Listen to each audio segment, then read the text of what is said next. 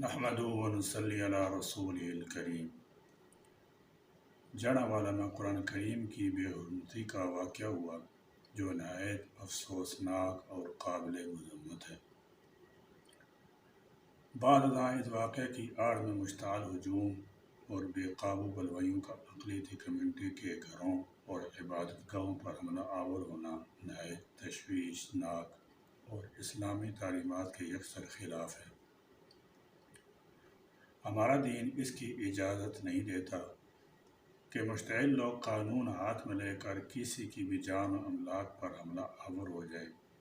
اسلام میں اقلیتوں کے بہت حقوق بیان کیے گئے ہیں، جن میں سے ایک بڑا حق اقلیتوں کی جان، مال، عزت، آبرو، گھر اور عبادت گاہوں کا تحفظ ہے۔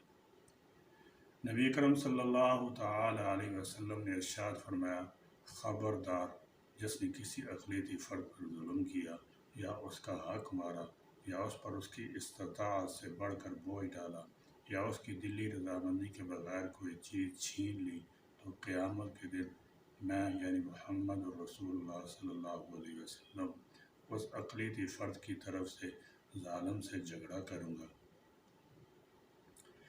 ایک اور حدیث میں رسول اللہ صلی اللہ تعالی علیہ وسلم نے ارشاد فرمایا، خبردار جس نے کسی ذمہ یعنی اسلامی ریاست کے غیر مسلم شہری کو جو اللہ اور اس کے رسول کے ذمہ میں تھا ناحق قتل کیا، اللہ تعالیٰ جل شان اس پر جنت کی خوشبو حرام فرما دیں گے، حالانکہ جنت کی خوشبو 70 سال کی مسافت سے بھی سونگھی جاتی ہے۔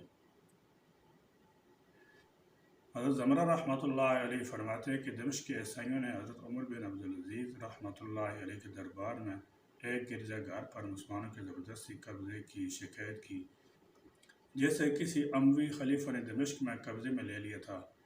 تو حضرت عمر بن عبدالعزیز رحمۃ اللہ علیہ نے مسلمانوں کے اس گرجا گھر سے نکلنے کا حکم دیا اور اسے واپس عیسائیوں کے حوالے کر دیا۔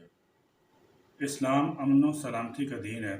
یہ شریعت کا حکم ہے کہ مسلمانوں کی اکثریت والے ملک میں غیر مسلموں کا تحفظ کرنا مسلمانوں کی ذمہ داری ہے۔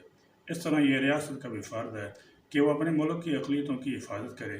جن لوگوں نے قرآن کریم کی بے حرمتی کی اور جن لوگوں نے قانون ہاتھ میں لے کر مسیحی عبادت گاہوں اور ان کے مقدسات کی بے حرمتی کی، ان کی آبادیوں پر حملے کیے، امت کو چاہیے کہ ان سب کو عبرت کا نشان بنائے۔